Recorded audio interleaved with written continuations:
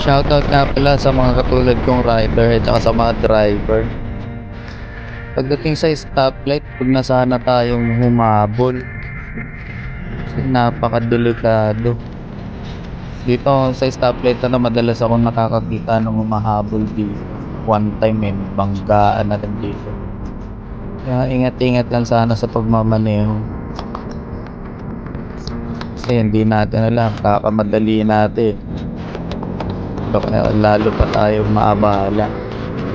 Mahal magpa-hospital, mahal din magpagawa ng sasakyan. Kaya safe na lang, safety na lang din. Saka iwas gastos malala. Iwas abala na rin.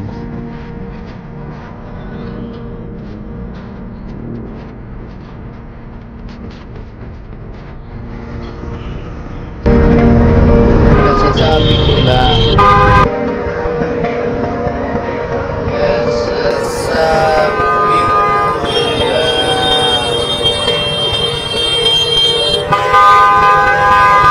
Diyos ko Lord, habol pa.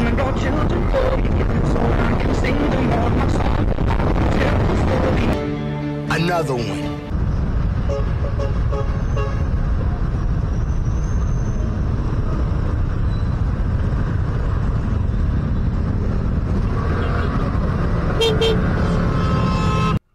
Ay nako, angkas ka pa naman.